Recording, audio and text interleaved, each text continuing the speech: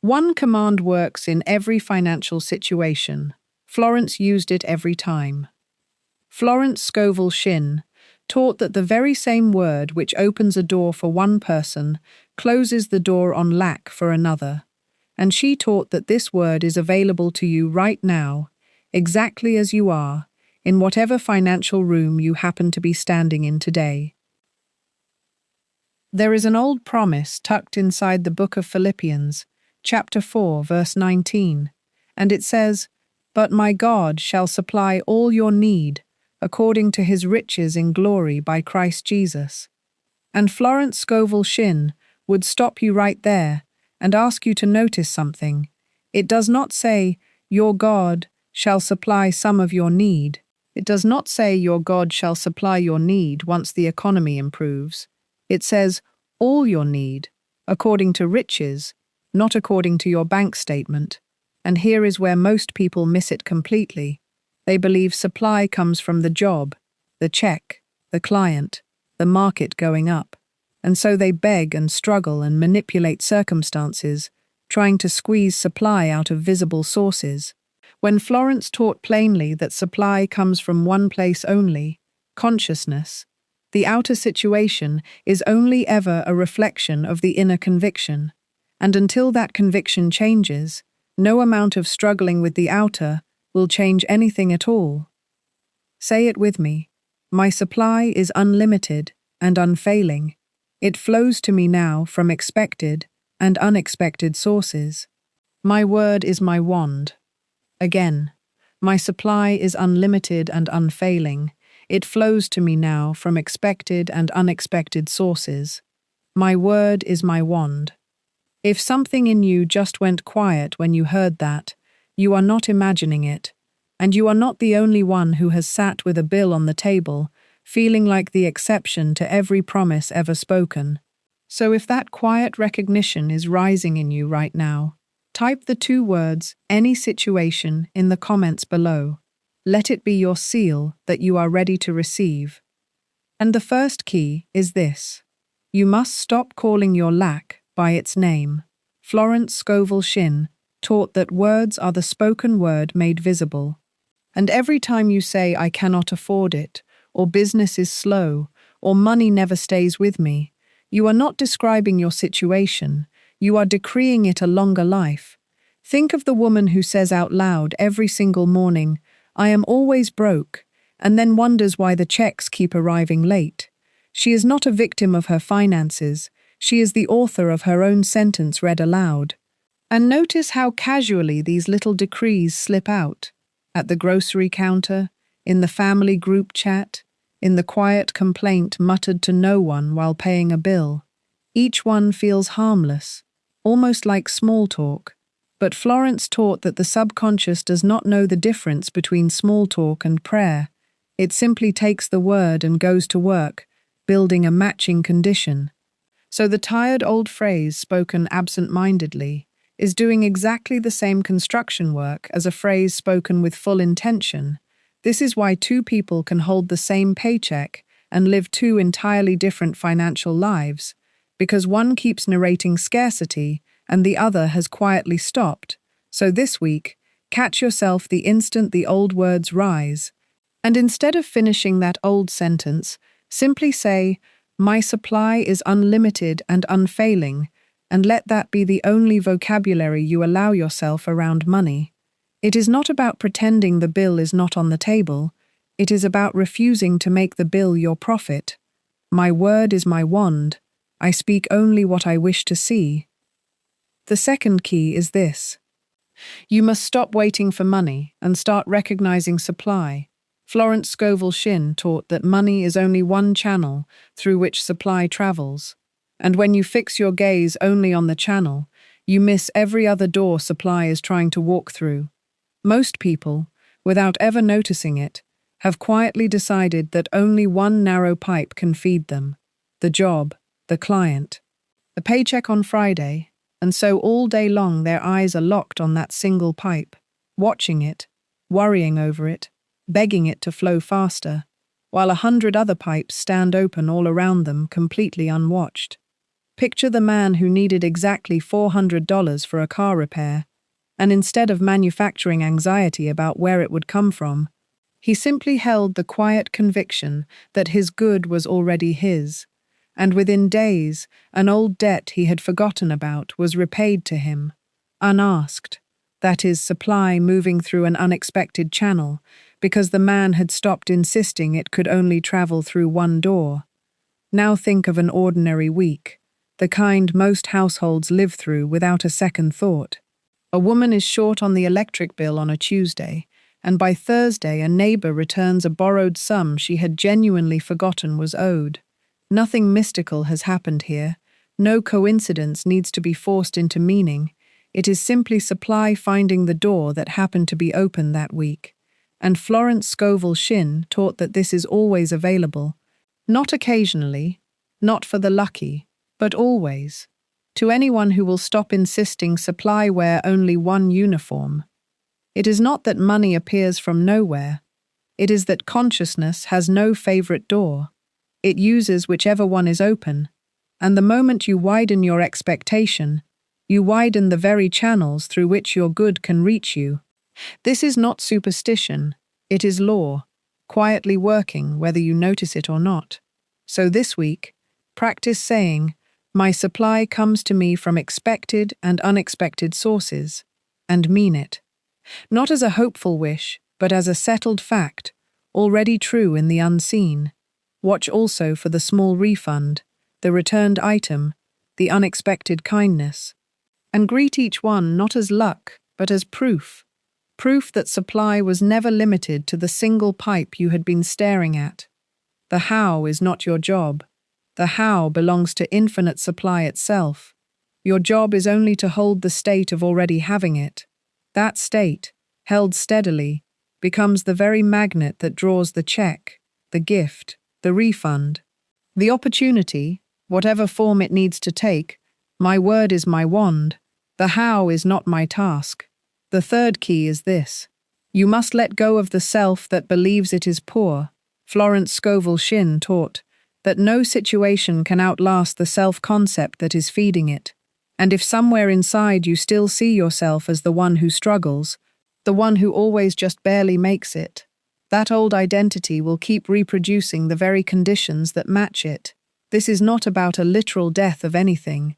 It is about the false self, the small, anxious self that clings to lack as if it were loyalty, quietly dissolving, so the true self, the one who was always whole, always provided for, can finally step forward and be seen. Think of the person who inherits a fortune and loses it within a year. It is not bad luck. It is that their self-concept never grew to match their new supply, and the outer wealth simply arranged itself back down to fit the inner belief. Now think of an ordinary woman, not an heiress at all, just someone getting ready for her day. She opens her closet and reaches, without even thinking, for the older coat, the one with the frayed cuff, because some quiet voice inside her says, that is who she is, the one who makes do. She orders the smaller coffee, even when she could easily afford the larger one, not out of wisdom, but out of a private story she has never once spoken aloud, that she is the kind of person who has to be careful. She breaks no law and says nothing false, and yet every one of these small, unconscious choices is a vote cast for the self-concept she is secretly still living inside of. And votes, cast daily, decide elections. Florence Scovel Shinn taught that you are always somewhere living out a picture. The fourth key is this. You must starve every fear the moment it rises, because Florence Scovel Shinn taught that fear is simply faith upside down, every bit as creative as faith, only pointed the wrong direction. Most people think their finances are decided by the market, or the manager, or the mailbox. But she taught plainly that fear is what people are really praying all day long, without knowing it. And she said it so simply that it is easy to miss how radical it truly is. She said, fear is a form of faith. Faith in the very thing you do not want, held with the same intensity, the same repetition, the same emotional conviction that faith itself requires, which means the very faculty that could build your good is the same faculty quietly building your lack, all day, unnoticed. Let me walk you through an ordinary day, the way she might have shown you. At 7 in the morning, you wake and check your account before your feet even touch the floor, and a small cold feeling moves through you. That feeling is a prayer. At 9, you sit in traffic thinking about the bill due Friday, and worry rehearses the worst outcome in vivid detail. That rehearsal is a prayer. At noon, a coworker mentions layoffs, and your stomach tightens, and you spend the rest of lunch imagining yourself without income. That imagining is a prayer. At 3, someone does not return your call, and you decide they are avoiding you because you owe them, and that decision is a prayer. At 5, you drive home rehearsing what you will say if the landlord calls, composing whole conversations that have not happened and may never happen, and that rehearsal too is a prayer. By 6 in the evening, you have prayed the prayer of lack, perhaps a dozen times without once folding your hands, and then you wonder why the week feels so heavy. This is what Florence meant when she said the tongue can bring death or life. Most people are not lacking supply. They are lacking a guard at the door of their own thinking. Picture that door for a moment. Most people leave it standing wide open, letting any thought at all wander in and make itself at home, feed at the table, and stay the night.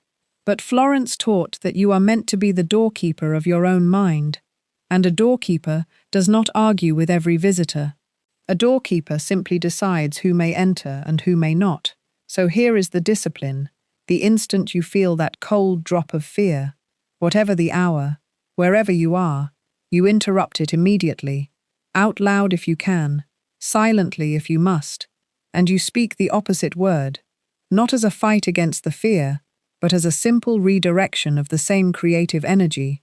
You say, "My supply is unlimited and unfailing," or you say, "I am divinely protected and provided for in this very moment," and you say it before the fear has finished its sentence. Because a fear spoken all the way to its ending gathers momentum, it builds a picture, and the picture builds a feeling, and the feeling becomes a kind of magnet. But a fear, interrupted in its first breath, loses its power completely. It is like a flame given no fuel. It simply has nowhere to go. Think of it this way. Fear is never actually about the future. Fear is always a very detailed rehearsal of a future you do not want, performed in the present moment with real feeling, and feeling is the very substance that gives any word its creative power. So the rehearsal is doing real work. It is only doing the wrong work. Pause for a moment right now and pick one real fear you have been carrying about money this week. Something specific, a bill, a client, a number in an account. And instead of pushing it away, simply speak over it, right now. My supply is unlimited and unfailing. And feel how the ground under that fear shifts even slightly. That shift is the whole of the work. It is not that the bill disappears in an instant. It is that you have stopped feeding it your attention. And nothing outer can survive very long once you have withdrawn its fuel. Florence would remind you that this is not about pretending the fear was never there. It is about refusing to let it finish what it started. My word is my wand. I silence fear before it finishes speaking. If this teaching is opening something in you, subscribe so the next one finds you. These keys land better together. Let this channel keep meeting you here. The 5th key is this. You must stop discussing your lack with everyone who will listen. Florence Scovel Shinn taught that talking about a problem to everyone you meet only magnetizes it more firmly into place. Every retelling is another decree. Every sympathetic listener is another witness called to testify on behalf of your lack. And the more voices agree with you, the more real that lack becomes in your own consciousness. Think of the woman who calls her sister every evening to recount the slow month at her shop. And her sister listens kindly and agrees it does sound difficult. And by the end of the call, both women are more convinced of scarcity than they were an hour before. Nothing has changed in the register, Only the belief has grown heavier, and that heavier belief is what walks back through the shop door with her the next morning. It is not gossip. It feels like relief. It feels like connection.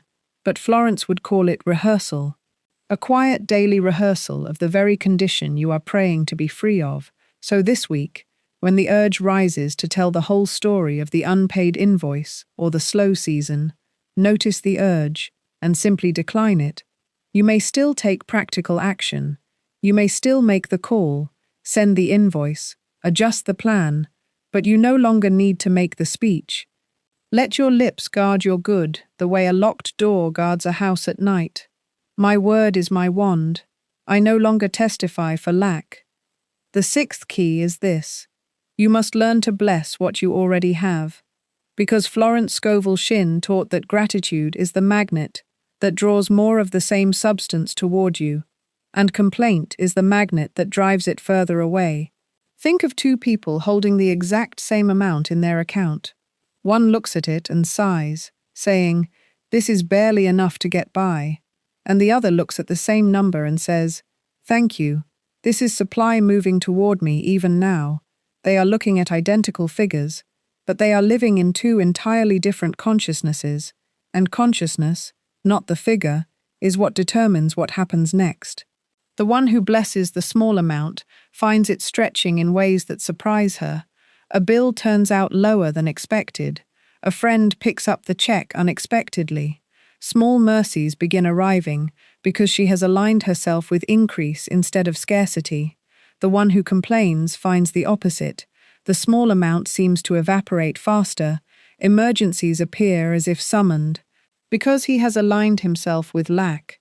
Let us walk through this a little slower. Because most people think blessing is a small, polite gesture, a soft word added onto the situation, almost as an afterthought. But Florence Scovel Shinn taught it as an active force, not a decoration. Picture a woman opening her mail and finding a bill higher than she expected. Her first instinct is to groan, to feel her chest tighten, to already rehearse the coming shortage. But suppose instead she pauses, right there at the kitchen counter, bill in hand, and says quietly, "Thank you. I bless this payment. I bless the company that provided this service. I bless the supply that will meet it easily." Nothing about the number on the page has changed.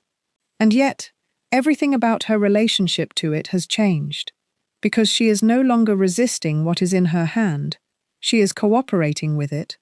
And Florence taught that whatever you resist in consciousness tends to persist, while whatever you bless tends to soften and move.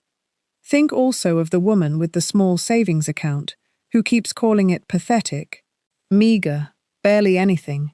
Every time she checks the balance, she insults it. And money, like anything spoken to consistently, responds to the tone it is addressed in. No wonder it does not grow. It has never once been welcomed. Contrast her with the woman who looks at that very same modest number and says, "This is a faithful little seed. Thank you for what you already are. And thank you for what you are quietly becoming." She is not lying to herself. She is simply choosing which truth to feed.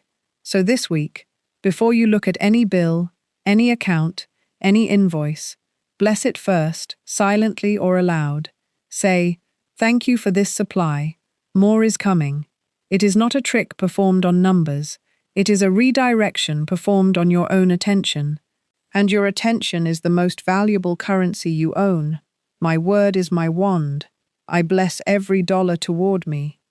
The seventh key is this, and it is the deepest of all of them.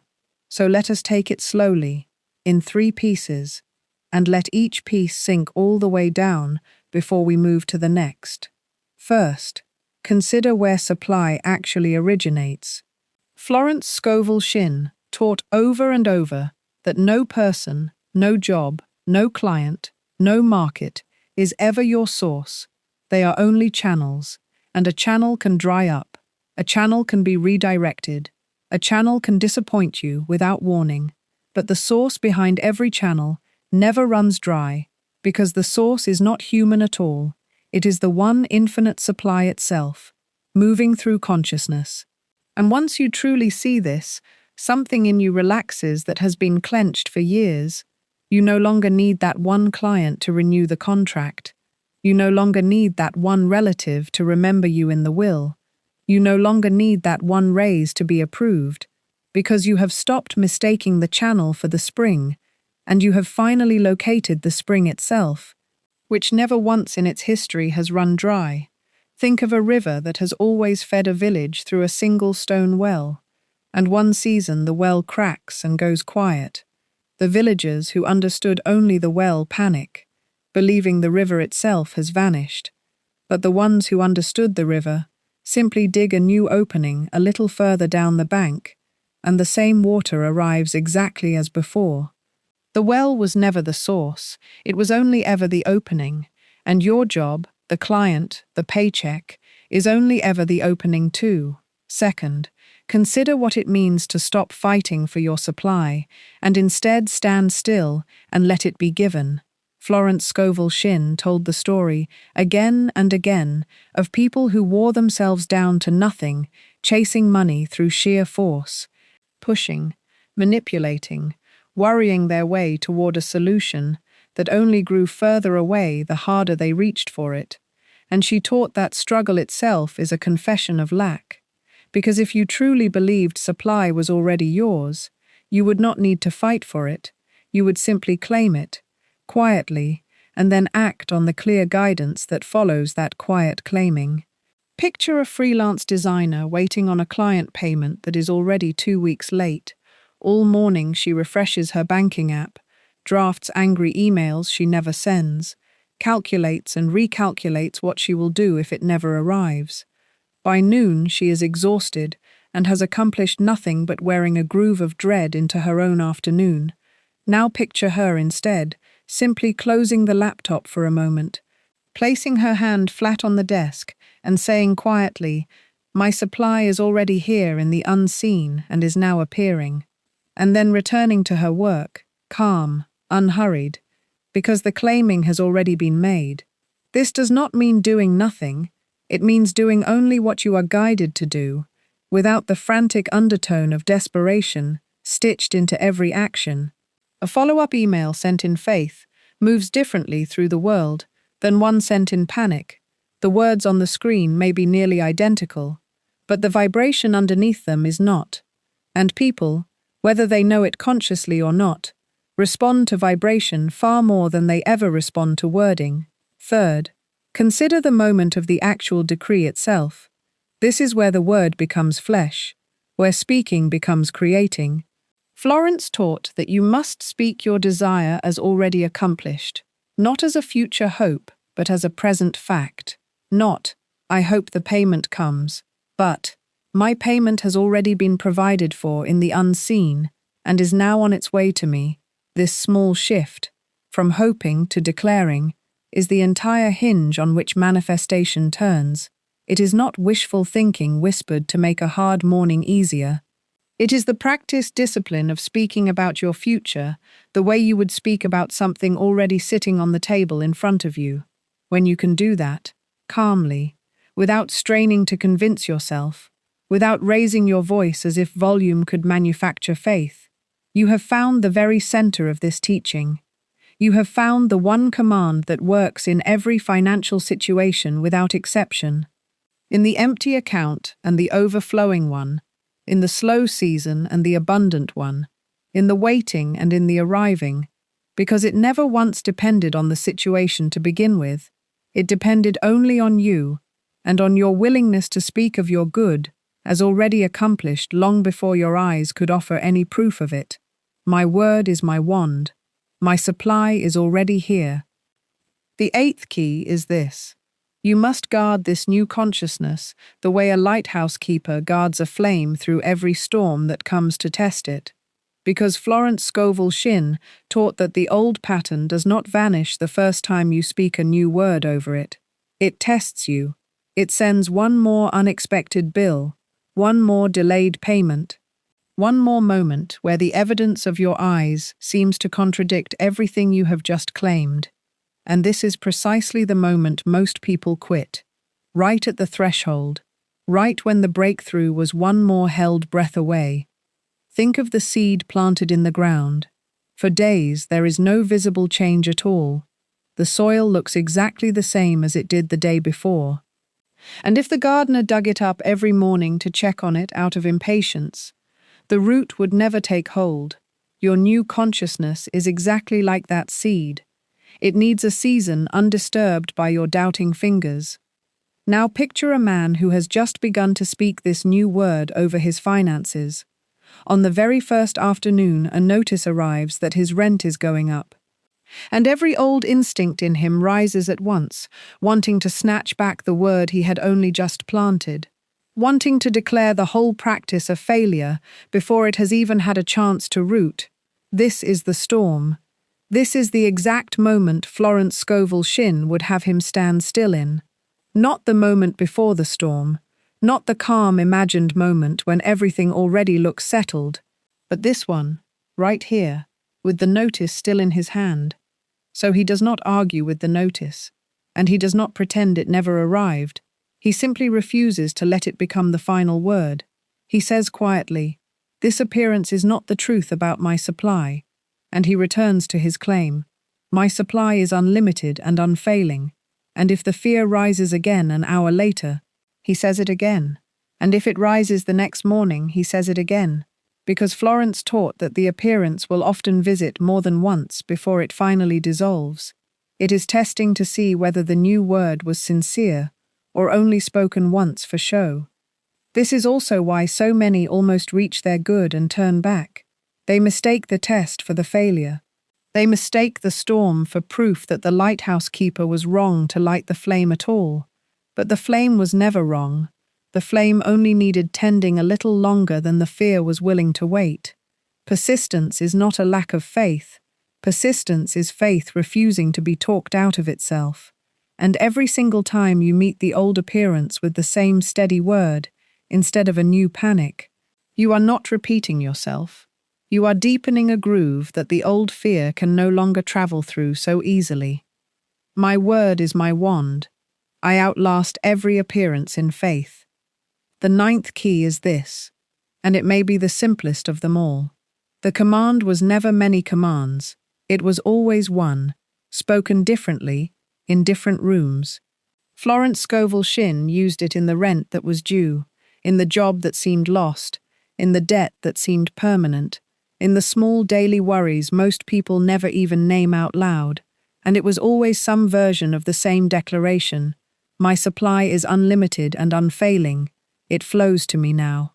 Because she had learned what you are learning today, the situation changes its shape constantly.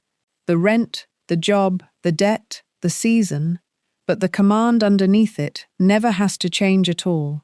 One command, spoken with quiet certainty, meets every single one of those shapes and answers it. That is the whole secret hiding in plain sight, inside the title of this very teaching. My word is my wand. One word answers every room. Here is the whole picture. It is not your bank account creating your words. It is your words creating your bank account. It is not the channel that provides for you. It is the source behind the channel that never runs dry. It is not the fight that brings supply. It is the standing still in faith that lets it arrive. It is not the loud complaint that changes your life. It is the quiet blessing spoken over what is already in your hand. It is not one dramatic breakthrough that secures your good. It is the patient guarding of a new word through every appearance that tries to contradict it. And when you look closely at all 9 of these, you notice they were never 9 separate keys at all. They were 9 turns of the very same key. The recognition that your word, spoken in faith, is the one command that works in every financial situation. Without exception, because it never once depended on the situation, it only ever depended on you. If this teaching found you at exactly the right moment, know that this is only the beginning of the road. Florence Scovel Shinn taught these truths not as one-time reminders, but as a daily practice. And that is exactly why the Overflow Covenant exists. It is a daily companion built to keep this very consciousness alive in you long after this video ends. guiding you through affirmations, scripture, and practical decrees for every financial season you walk through.